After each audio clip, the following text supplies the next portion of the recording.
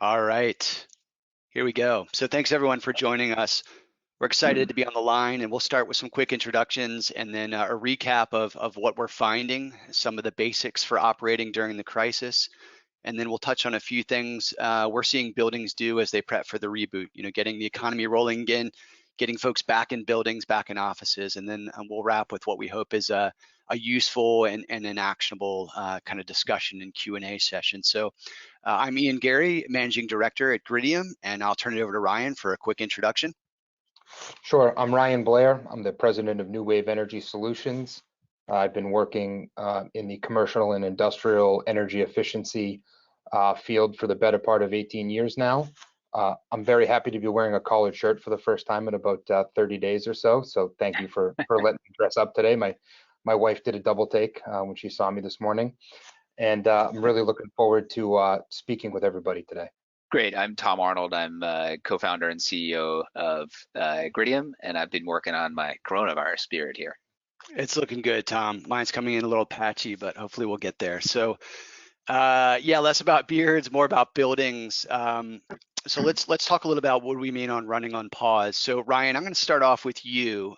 You've been working, as you said, in energy efficiency in the commercial, industrial, and public sector space for a number of years. And while there have been some downturns, obviously, over that time that have impacted occupancy and the way buildings operate, needless to say, this is a pretty extreme, scenario, to put it mildly. So why do you recommend looking at lighting systems and lighting controls first? Help us understand what your thinking is. Yeah, sure, Ian. Lighting systems and lighting control systems, the cost and the evolution have come down so greatly over time that to implement advanced lighting controls in conjunction with LED is a better way to control load in your building. It allows you to have the lights be shut off when occupants are no longer there versus where you had the building before where it was on manual switches or controlled at the breaker level, and now you have to have somebody go through the building, make sure the lights are off. Having that advanced control system allows building owners and building operators to have the comfort to know that if there's nobody in the building, the lights are not coming on. Great. So kind of segueing on top of that, just as critical, but obviously from a systems and an operations perspective, are HVAC and BMS control. So tell us a little bit about your thinking there. Yeah, I think, when it comes to HVAC systems, we all know that HVAC systems are typically designed for, peak load and peak demand and peak capacity in facilities. And during these really unprecedented times of non-occupancy in buildings or very limited occupancy to just sort of critical, essential workers only, I think a lot of people are finding out that their systems do not have a really effective turn down ratio. And so you're noticing that you're still having to create false loads in these buildings just to keep the HVAC systems up and running to satisfy, a smaller percentage of your occupants. So again, taking a look at your HVAC systems, understanding how to better optimize those to, increase the turn down ratio, increase the efficiency, and then layering on your, your building control systems. Not only to have control systems when the engineer's, physically present on site to make changes, dynamically throughout the day, but also to have the remote access capabilities so that the engineers and building operators have the ability to make changes to the building in real time while not having to be on site. I like false loads. That's a good way of describing it. So before we get into remoting in to a BMS system and controlling, remotely and having that access and capability, I want to ask Tom a little bit about remote monitoring. As this is part of Gridium's foundation. Tom, tell us a little bit about that. Yeah, Gridium's foundation was always to use the smart meter data as, in essence, a supervisory layer, like something where you could pull out from all the decisions of every single air handler or VAV box and understand exactly what's going on at the whole facility level. And that's proven to be very valuable in this crisis. You get sort of immediate feedback on what's going on, and it can help an operator more finely tune what energy services are dispatched for what minimal people are in the building. perhaps your state has a different policy, or perhaps a certain business is classified as essential, or a certain worker in that space is classified as essential. You still got to satisfy their needs, and you have to adhere to any letters of law in the lease. So these buildings are still running, but you can monitor and get a little closer to them, and you can do that no matter what you have. I mean, of course, we all wish we had better lights and lighting controls and full DDC and beautifully instrumented BMSs, but no matter what you have, you can use the smart meter data to sort of try to start to get a handle on the problem.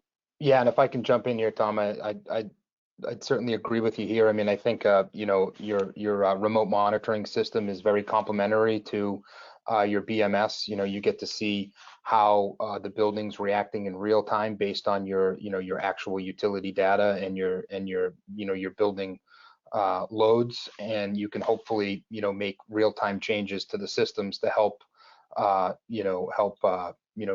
make the dynamic situation as efficient as possible. So they're very complementary to each other, and quite frankly, this the platform, that the Gridium platform and the remote monitoring, I think, has been very helpful to a lot of people, and we've been helping them manage their buildings as effectively as we could be remotely. So yep.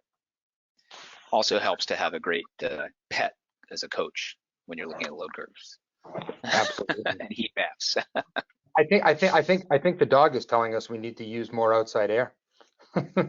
That's exactly what they're saying. The economizer, dispatch the economizer. That's right. Some demand control ventilation. That's a hint.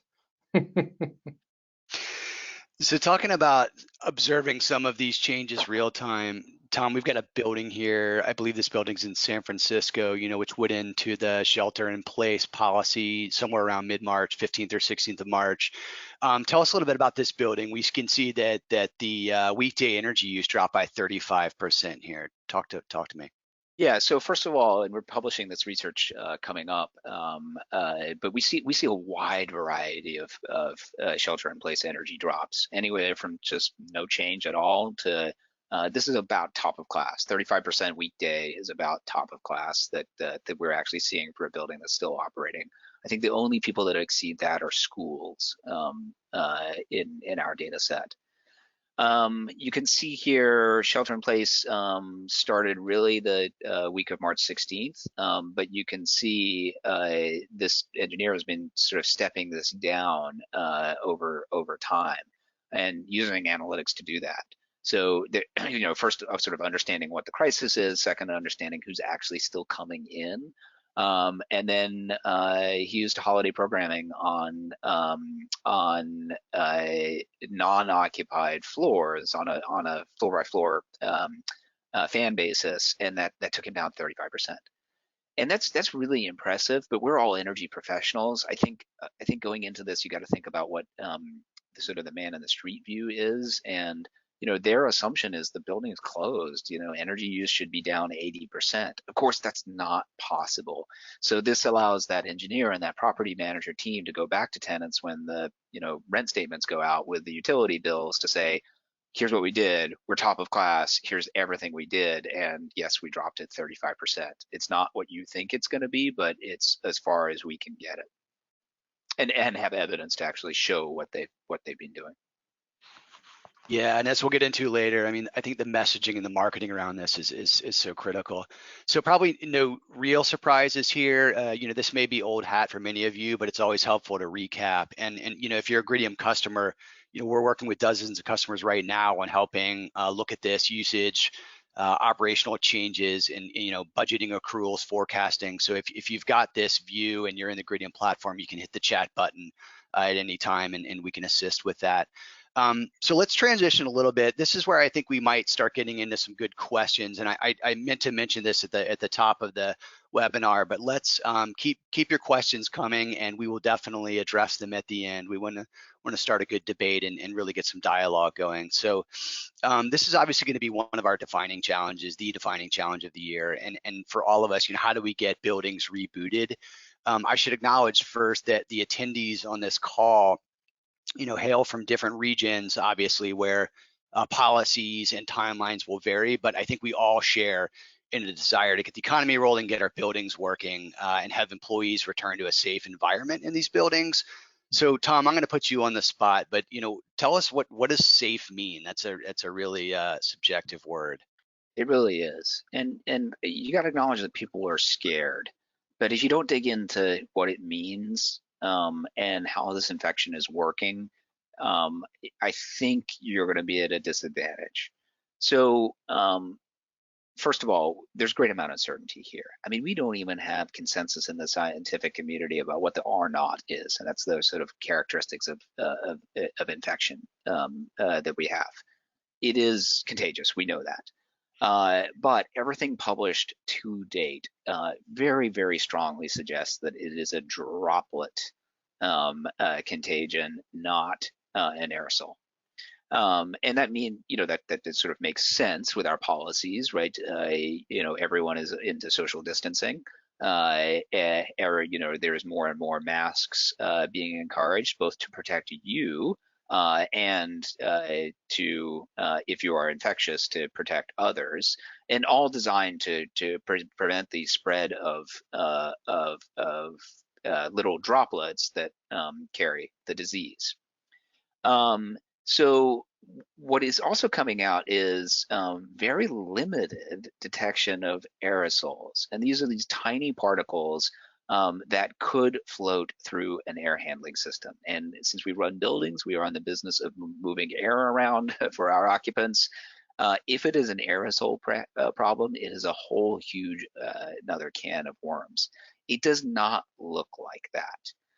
The studies that are coming out, even in concentrations of very sick patients with very high viral shedding loads, you might be able to find a fragment. You might be able to culture that fragment very carefully and coax it back to infection state over three hours or so. But it's not the main vector at all. What everyone is focused on is the droplet. So think about that, because a lot of you are going to have to lead your organization through what to do about it. And this is one bright line that crystallizes a lot of thinking. If you recognize that the contagion is droplet based and you dispatch strategies against the droplet, your life is a lot simpler. Doesn't mean you shouldn't be thinking about the other things, but it is the main thing that you should be thinking about. So running buildings and being an engineer is challenging enough, particularly in these times. But are you suggesting that they should be marketers and tell us a little bit about how they should think about this in the context of their world? I am. I mean, the more and more that we've thought about this and talked to folks, the more we realize this is actually a marketing problem. It's not a building science problem. Look, you can go as deep as you want on the science, and we're going to talk about some interventions later that have some promise. But what is the fundamental problem here? The fundamental problem is not managing infections in buildings.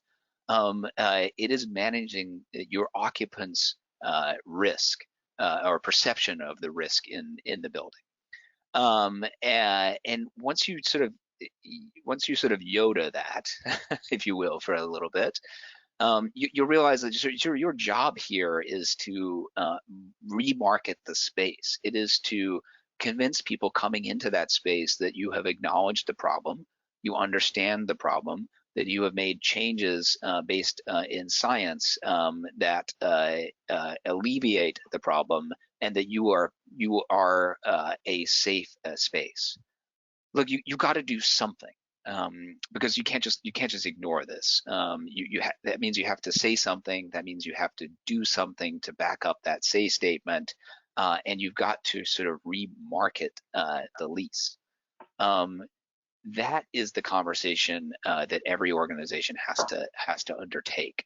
Yes, building engineering is part of that. Yes, building science and epidemiology is part of that. But the essence of it is, what are you going to market to the tenants and the occupants? So who's got the, I'm going to put you on the spot again, who's got the Goto Manual here on this? Is there one? Is there? Nobody. Okay. Look, I think that, there's some stuff floating around. We're going to talk about that in a second. But The notion that there is going to be this hey, coronavirus building operations for dummies book circulating that's going to apply perfectly everywhere, it's not going to work. Look, every building is a snowflake. Every organization is different in terms of its tenant attributes, its history, its problems, and it's your job to understand that and filter these sort of general recommendations through the lens of your particular building. There's lots of strategies here. And there's 5 very simple questions that you can have a role in asking in your organization that will help clarify this and get you closer to where you need to be. So let's return to the marketing thing first of all. We said we're going to do something and we're going to talk about it. But if we're doing something, one first question is it visible and understood by tenants? So if we play with the air handler and filtering medium, we have to explain what an air handler is to someone that doesn't know what it is. We have to explain what we've done. And by the way, we have to regularly remind them as well because they will forget it. If we say we're going to clean the elevator keypad every 15 minutes, it's highly visible, and there's a reminder every time that you go into the elevator that that's happening. It's also kind of coherent, right? I don't have to know anything about disease to know that cleaning the keypad is probably a good idea in this environment. So that's one thing. Is it visible? Is it understood? The second is what's the story? You know, if you're doing an intervention, what is the marketing story that you're telling about how it improved the underlying product, which is the space? And is that story supported by science, and is it certain at this time? Like, do you have enough to hang your hat on to say, yes, this is the intervention that we are going to make across our building, across our portfolio of buildings? Look, some organizations have a ton of money and they're going to throw as much money at this problem as they can. Others are going to be constrained. And many of our customers will be tasked with understanding the expense of certain strategies. Obviously, there's the quantity of the expense. This is not going to be cheap, but you got to understand: is this capital? Is it operational? Is it temporary? And if it's temporary, how do we get out? I think one of everyone's personal frustration with the shelter in place is that we are now sheltering in place, but we don't really have a good way to get out of shelter in place. Don't do the same thing on your side, right? If you decide that you're going to clean the bathrooms every hour, make sure you have a written plan about how you're going to stop cleaning the bathrooms every hour, as an example. The fourth here is, look, maybe you were on the fence already. Maybe you hated these roll filters, or you were thinking about wildfires in California and thinking about upgrading the filter media. Maybe this is complementary to a strategy that's already in motion. And if that's the case, you got to think about that and think about how, you know, there are multiple pillars of support for every strategy in a building. So there might be some things that you kind of wanted to get done already that you can get done, such as, you know, remote access to the BMS, which is a big a big variable in this environment. On the flip side, there are some negative consequences here. You know, if we all move to maximum outside air, if we all move to 24/7 ventilation, if we all move to you know, more aggressive we're going to have higher energy costs and lower Energy Star scores, and nobody wants that in a tough leasing environment. So think about the negatives here as well. Think about what unintended consequences might this happen. Sure, you can blow in fresh air all you want, but maybe you're right next to a highway with a high diesel traffic. Like, what's the net of that in your building? In terms of what you want to produce for the product that you're actually leasing. Great. So print it out, put this next to your monitor on your desk. Helpful, actionable kind of questions to be asking. I think that's right, because you're going to get all kinds of crazy suggestions, and if you just calm down and don't go back to the crazy suggestion, but ask those 5 questions, you're gonna have a much more productive conversation about, like, oh, should we do nanoparticles on the elevators? I don't know. Let's ask these 5 questions. So 5 questions to the safe 6. I can't see the eye rolling on the call, but I imagine and anticipate there is some going on. So this has been getting a lot of attention. Cushman came out with the Safe 6 plan, and it covers everything from how offices are configured, how employee traffic is routed throughout the space, workstation best practices, keeping safe distance from people. But the reality is, we know quite a few buildings that have had to field questions from tenants about this. So Tom, I'm going to turn to you. Why do you think tenants are talking so much about this plan? Why is it getting so much attention? Well, first of all, there's a lot of sighing here. I mean, if you read this, it is so clear that this imagines a world with no constraints, no capital issues, no space issues, limitless money, limitless ability to hire Cushman to implement the strategy for you. It's kind of a pipe dream of the future. And I think that's why it's had such a negative reaction. It also doesn't stand on science very well. I think that they will be forced to large sections of it, but it's circulating. And it's largely circulating through tenant broker relationships. So it's going to get shoved in your face with 36 check boxes, and please tell me which one of these that we have done. And especially for the more onerous ones, I think that it's incumbent upon everyone to look at it and develop a coherent response. Look, it's largely a PR piece. It was announced and pushed and then as an exclusive to CNBC, at the market, right? It's largely about getting into the conversation for the stock price. I don't think it's very helpful as a Bible of what to. Although I welcome other people's comments. There are some like no-brainer type stuff in here that we'll talk about later that we should get to. But the main thing is just make sure it's out there, what's in it, and how you're going to respond to some of the more onerous requests. Ryan, you've seen this as well. What are your thoughts on it? Yeah, thanks, Tom. My thoughts are similar to your thoughts on it. I mean, I think that a lot of this is kind of put together in a vacuum. There's some real world constraints to implementing this plan and any other similar plans I think that have been put out there. There's capital constraints. There's just there's even supply constraints, like people just can't snap their fingers and get the products that they're saying to get people back to work. So even if you had all the capital in the world, being able to implement the changes here are not going to happen right away either. So I think you have to take a lot of it with a grain of salt, but either way, I think what we really need to focus on is that returning to the workplace is going to be a lot different tomorrow than it was pre-pandemic, and the overall goal here is to make everybody feel safe and feel that you've done something to not only acknowledge it, but to help alleviate people's risk and exposure to any kind of viruses going forward. Yeah. So it sounds like there's some good ideas in here that are probably top of mind for a lot of people, but the idealist or ideal state versus what's really feasible today maybe a little different. So getting there is going to be some of the challenge. We applaud Cushman for putting that out there. Obviously, it's some stretch goals to say the least.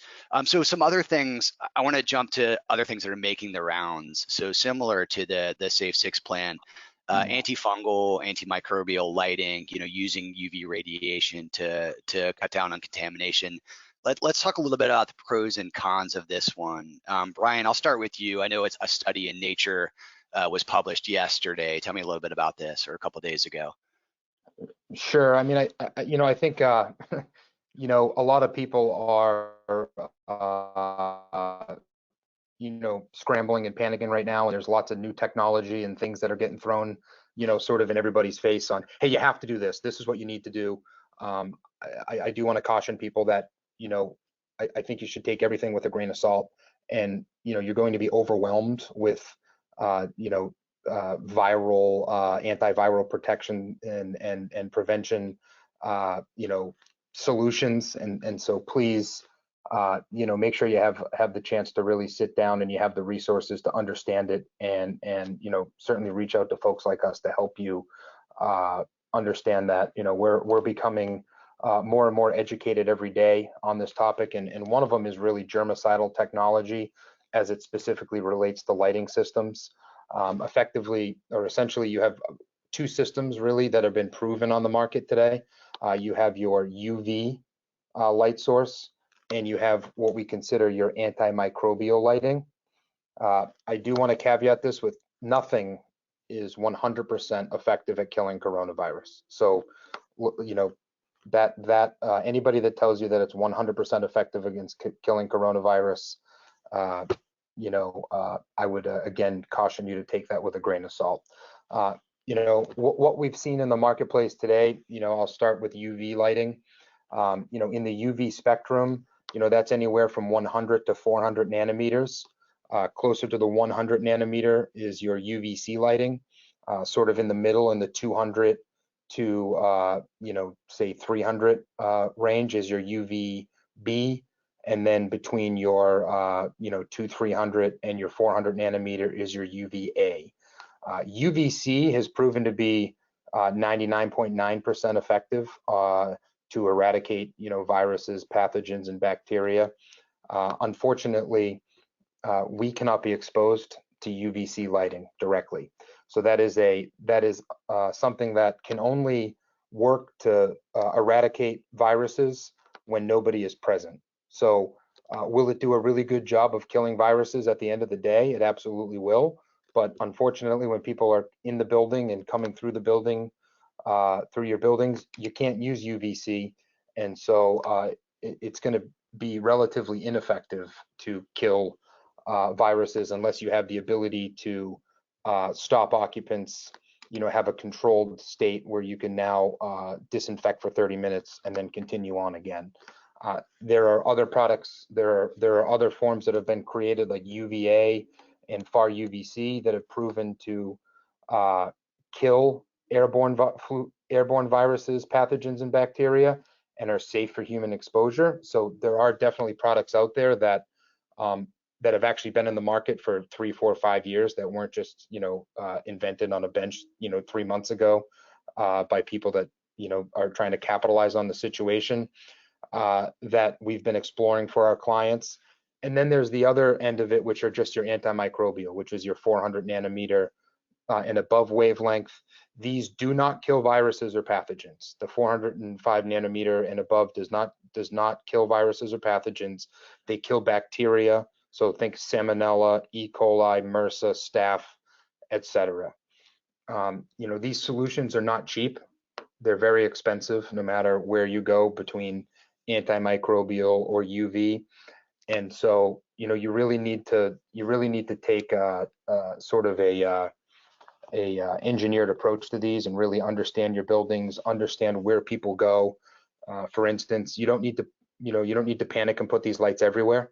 You know, I think putting these lights in effective areas, i.e. vestibules, entrances, common areas, cafeterias, things like that. And this gets back to what we said at the beginning, you know, kind of that, are you a marketer? You know, this is something that people can see, and they can see that you've done something. But again, you know, there's still a lot out there and a lot to be learned on this subject. So, you know, really just be careful, you know, what you jump into right away. You know, take the approach to consult some experts and have people really help you and, you know, guide you and navigate you through this process. That's good advice. Good caveats too, though, and it's important to qualify this. Yeah, So, I think this is a strategy. Look, if you have unlimited money, this should be in your consideration set. I guess one of my worries is that capital constrained people come into this environment and they kind of get wrapped around the axle on a very complex technology like this, and ignore the simpler things that they could be doing. Especially because I think the aerosol concerns are a little overblown from the science I'm reading. So that's my one perspective on this is like, look, if you got a ton of money, great, go study all this stuff. But if you don't, there are different things that you should be doing. So yeah, and sorry, real quick here, and again, you know, any of these technologies, they are not meant to take the place of the things that you should be doing, like, you know, all of your regular cleaning, all of the normal strategies that the CDC and the WHO are recommending. So, spending the money to put these lights in, it's just not snap your fingers and, you can sit back and watch people roll through the building. So they're certainly not made to take the place of the effective cleaning strategies and disinfecting that you should be doing, should already have been doing, and then are obviously going to be doing on a more continuous basis. Yeah. All right. Yeah. So given that there is no magic pill or magic solution, Tom, as the wet blanket here, what do you recommend? Well, look, I am a wet blanket, aren't I? Look, there's some no regret strategies here. I think everyone gets the hand washing thing. Those signs have gone up. If you've got any remaining no touch conversions to do, just get them done. I mean, it's not very hard. Nobody wants to try and turn the faucet off with their elbow in this environment. You're just not creating a space that's it's kind of like tone deaf in terms of the space. I'm sure everyone has a wonderful collection of masks by now, and we are going to be in a mask environment for quite some time in public spaces. Your different regulations are going to vary across the United States and the world. But look, masks protect both sides of the problem, right? If you happen to be asymptomatic and spreading, you others by wearing a mask. Similarly, it protects you from the droplets. Encourage their use, especially in the lobby and elevator. No one wants to sit at their desk with a mask on, but I guarantee you everyone is going to be very nervous the first time they get into an elevator. And putting the mask on, helps reduce that. Cleaning is important not only because of the science. This stuff is very radically and effectively treated by common cleaning solutions, but of course it's visible, right? So increase the cleaning. Everyone's cleaning budgets are going to go up 25 to 50%. Sorry. But you can also do things to make that more effective and link it with your marketing strategy. If instead of cleaning at 1 a.m, why not move more of the cleaning during the day? Yes, they're going to be bothersome. Yes, they're going to be in the space, but everyone will notice that you are cleaning. And I think if you have a marketing mind and putting that together, you can start to think about how to get leverage on the actual problem, which is the perception of risk in your building, not the actual risk in your building. Of course, on cleaning, it's like, what do you actually clean? We do know that the half-life is 8 hours or so on steel. And one thing you might think about is, where is the leverage in your particular facility, right? If you think about all the banisters and outdoor spaces that you might have, what are people touching? Think about doing a sort of virtual audit of all that space, like walk mentally through the space and think about what people are actually touching and where that exposure might be. And you got to try and find a lever in the problem, because otherwise it's like painting the Golden Gate Bridge. By the time you've done it, it's time to start over again. But think about that piece of it, and I think that is a high leverage strategy that everybody can actually undertake. Banisters are everywhere. It's just true. Okay, that's a good recommendation. So I think, in sort of teeing up the Q&A and discussion at the end, I want to come full circle and kind of shift from the marketing side of this and assuaging tenant concerns to the next very real consideration, costs. Particularly when we're seeing leases off and we're seeing changes in net absorption rates. What are some operation and capital improvement and considerations people should be thinking about? What can we do now instead of just waiting for the buildings to open?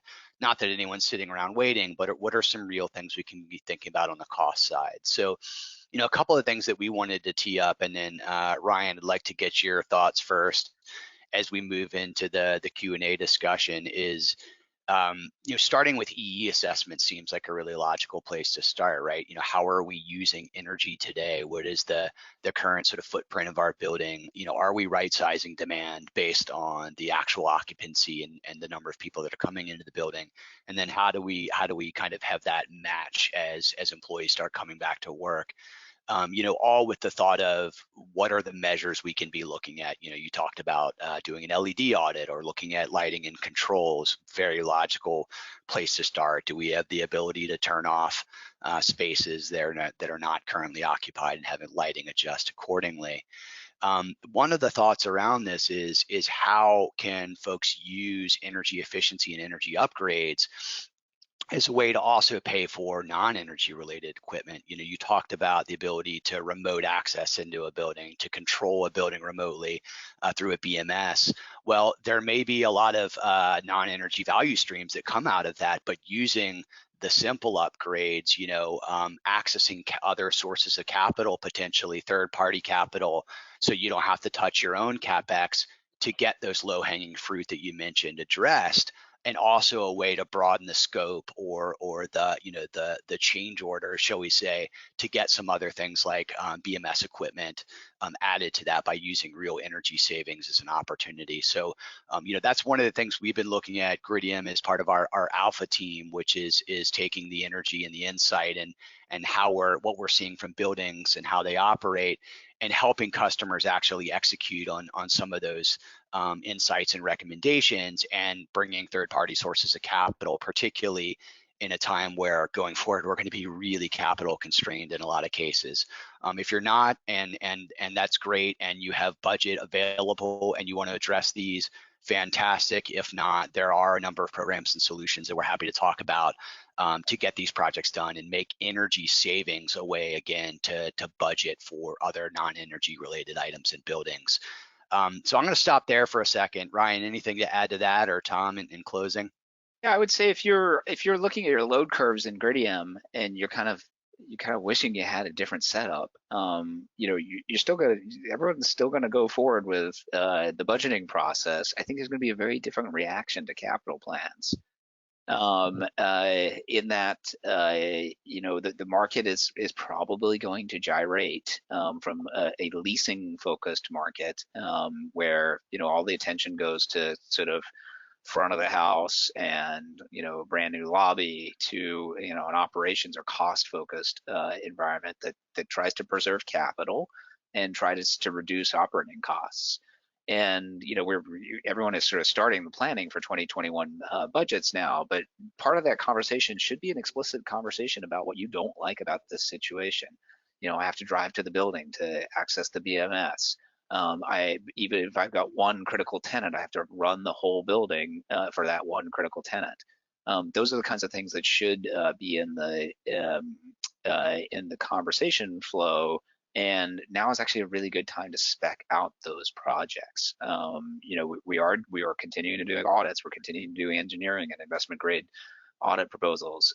So now is a good time to start thinking about what your future state of your building is, and can you connect that to your post coronavirus story in a marketing perspective. Great. Ryan, anything you'd like to add on top of that? Yeah, I mean, I just think that again, this is a great time to start to look at these things. We don't have to physically step foot in the building. There's a lot that we can do virtually. We've been doing a lot virtually, with our customers to start the engineering roadmap and understanding the kind of the magnitude of savings available to help fund those non-energy related projects and to help folks prepare for the reboot and for folks to come back to work. So, there's a lot that we can do virtually here to help folks. Well, we'd love to open this up for discussion. I know we've done a lot of talking here. Hopefully this has been some good kind of actionable information, and please get your questions in if you haven't already, and we'd be happy to talk through these. And Ian, we will be distributing the slides and I think a recording as well. So if you've got colleagues that you think that'll be interested in this, we'll get that out to you in the next day or so. Yeah, absolutely. So here's a starter question that came through. So have you heard anything about how tenants plan to reoccupy their spaces? And if employees come in on a rotating schedule, what building operations techniques do you recommend? Tom, we'll start with you. Yeah. Look, there's a lot out there. I mean, many people have already said that they're not coming back till September, no matter what. Many people have said they're not coming back till January, no matter what. I don't think that this is going to be like turning a light switch on and then suddenly my building is full again. I think it's going to be a slow and gradual return, and it's going to come in waves. Those of us with children are first back in the office, so we can actually get some work done. But look, I think other people are going to be scared. I mean, if you have if you have a pre-existing condition, it's totally understandable that you don't want to come back into an office environment. I think we're going to see swing shifts. We're going to see weird schedules, and when you have that, you have lower load spread out over more operating hours, and so more and more you're looking for control strategies that turn down equipment, zone it, wider dead bands, better control of sort of occupancy triggered items, timeouts on lights, those kind of things. Those are the kinds of things that you want to start thinking about, because if you run a sort of very traditional 8 to 5 office building, it's going to start to look a lot more like your tech office, where some people are there at 6 in the morning and some people in the evening, and you got to figure out how to deliver energy services to all of those for less and less expense. Yeah. Yeah, and I want to follow up on something that you talked about earlier. This is as much about messaging both externally to tenants and building occupants, but also internally across the organization that a chief or a building operator might work in. And this question is a really good one. So I'm reducing my load as much as possible, but my ownership is wondering why cost has not come down. You talked a little bit about this, Tom. So do you have any advice on how someone can demonstrate to ownership that they're doing a good job? Yeah, we've been doing a lot of this with clients. So by the way, if that question is a Gridium client, just reach out. We'll help you with the analysis. The first thing is to that, and this used to be, my old cocktail party question, is that's actually so that the base load is most of your energy use in a building. That is, most buildings use more energy when they're closed when they're open. And that's kind of a sad fact, but it is the sort of idle of the building times the closed operating hours, and it just adds up to a huge amount. And what's interesting is that we have seen operators trim scheduled hours. We've seen them reduce the daytime lows, but we haven't really seen any change in baseload, which is encouraging, because that means the baseload is the true baseload of the building. So talk to them about that. And then I think the other thing that people get hung on is, hey, I got my March 14th bill and it only went down 10%. But look more carefully. The demand charge was still tariffed when you were fully occupied. And so we'll start to see that in the May bill come down. But in areas like California, where demand charges are 40–50% of your bill, obviously, if you got to have a full clean month before you get full credit for reducing the bill. Yeah, that's a good point. Demand can be a lagging indicator of how you're responding, for sure. Good thing to reinforce, particularly in California, where it can be 50% of your bill. So another good question, TIs. Do you think that walls versus cubicles will become the new pendulum and discussion du jour? If you can get it, Brian, you want to take this one? Sure. I mean, I think, I think in TI, upcoming TIs, I think you're going to have a real battle here. Folks are going to want to try to, put together, a lot more enclosed workspaces. And again, I think that's going to make, that's going to be an even bigger struggle on your HVAC systems. The way they're designed today is to have, the air distribute through, maybe a more open floor plan.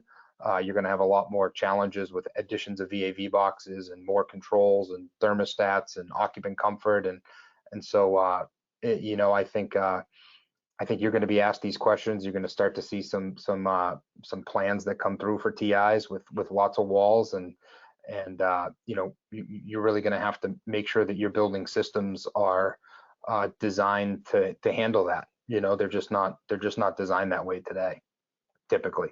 Yeah, I think also, is that what people want? Is that the space Right. that people want? Those of us that worked in a cubicle in the 90s, do we want to return to that? Right. I'm not so sure. Yeah. Not so sure. Another good one for you, Ryan. Do you know if anyone has considered air quality testing from a hygienist?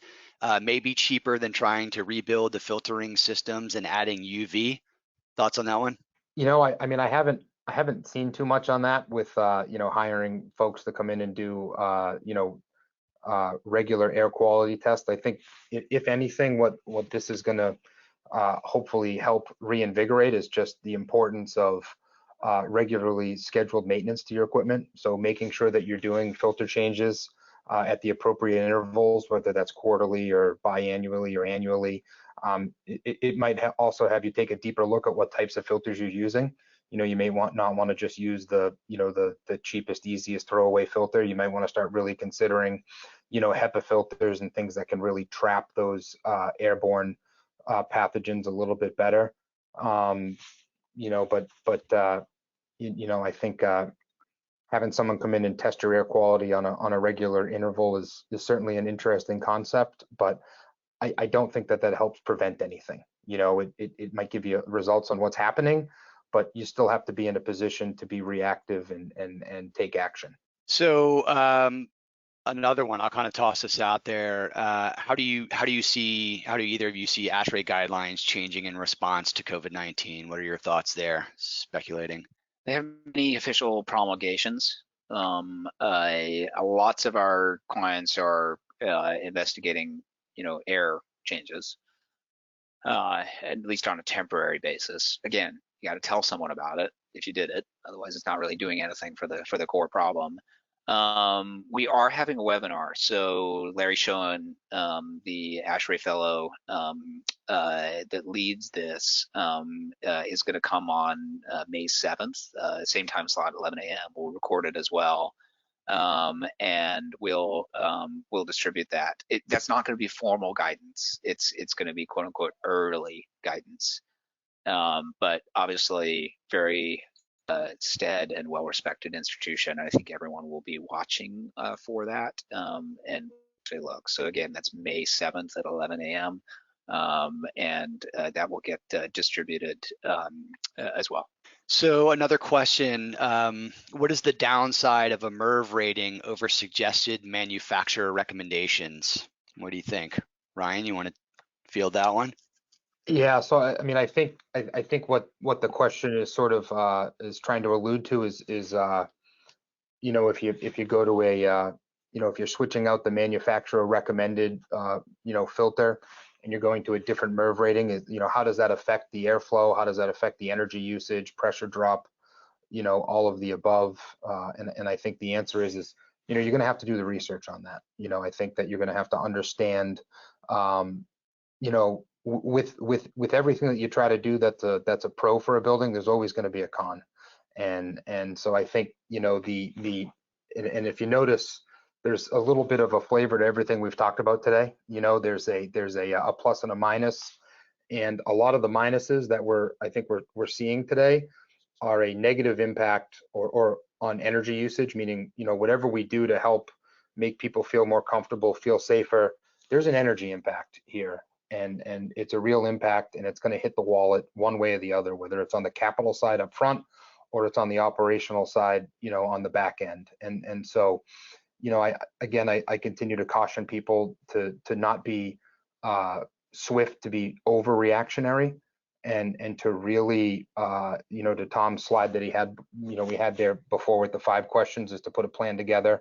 You know, my dad gave me some really sage advice when I was a young man. He told me, Ryan, he said, don't do something once in your life if you're not prepared to do it for the rest of your life.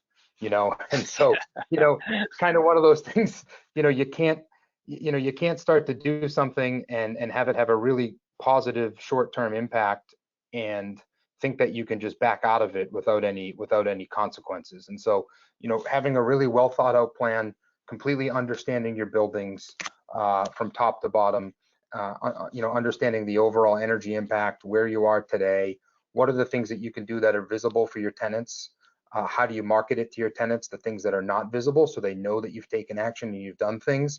And then how do you communicate that to them so that when they get their bill from you, that they understand why their energy bill has gone up, and then ways to effectively, manage that and mitigate the energy use through, looking at your systems and your base systems and understanding if there's a way to sort of reduce or offset all of these things that are going to, increase energy use in the building. It's a common theme, and this is not going to be easy. I don't think there's no Staples easy button for this. No, I think actually that's one of the biggest risks is grabbing for the first thing that looks like a pill that I take it and this problem goes away. I think it's much more nuanced than that, and I think people are starting to realize that. Yeah, there's no magic diet pill. Yeah. So this is a good follow-on question. What should I prioritize in terms of preventive maintenance, and how does COVID-19 change this? Well, first of all the stuff that you ignored in the tenant spaces, because you could never really get in there without without annoying them, go do right now. Look, I mean, our engineers are still super busy in these buildings, right? And I think that's one dimension that I might accelerate. I think any opportunity to sort of look at condition-based maintenance plans is a good one, because those typically require inspection and more time. And also, I mean, let's be honest. I mean, the daily firefight is a different beast when you're partially occupied. So I also would think about like really complex or hard PMs and trying to accelerate those. Ryan, what were your thoughts in terms of I think reworking PM calendar? Yeah, I mean, again, I think that to your point, Tom, there's a lot of unoccupied space right now, and a lot of spaces that have been challenging to get into to do certain PMs, and now is the right time to do it. Wish we weren't in this position, but it is a really good time to do that, and we've seen a lot of our customers take advantage of this downtime to do things that they normally was difficult for them to do. But I also think it's, again, now's the time to build that game plan and build that roadmap, and really, everything has a downstream effect on the other thing in front of it. And so, it's looking at all of the equipment in your building, understanding, how they all interact together, and really how to put together a comprehensive plan to set your building up for success, in the future. It's to make it a run as optimally as possible. Clearly you want to save people as much money as you can on their energy bill, but at the end of the day, people coming back to work, it's going to be a different world, a different environment, and it needs to be a safer environment. We need to give that appearance to folks, and that's all part of the roadmap now. There are definitely things that we are looking at today that we just didn't look at before, and we're all in it together, and we all need to rely on each other to help us, navigate this uncharted waters together. Yeah, I'd echo those comments, Ryan, and thanks for joining and bringing your expertise here. I love the roadmap, and I think that's what people need to focus on, because it is going to be a journey. It's not going to be an overnight, and get prepped for it. By the way, if there are more questions, please hit us up on email, info@Gridium, or you can reach out to any one of us and chat more, and I'll pass it to Ian. Great. Thanks, Tom. Thanks, Ryan. Thanks, everyone, for joining. Again, info@Gridium, and let us know how we can help with anything we discussed today, any other things you're challenged with or struggling with in your building. We will distribute these slides if you wanted to share, as Tom said, with colleagues. And please, everyone, stay safe, stay healthy, and we look forward to getting back to work with you and helping as we can along the way. So don't hesitate to reach out. And if there are no other questions, thanks a lot and have a great day. Thanks, everyone. Thank you. Take care.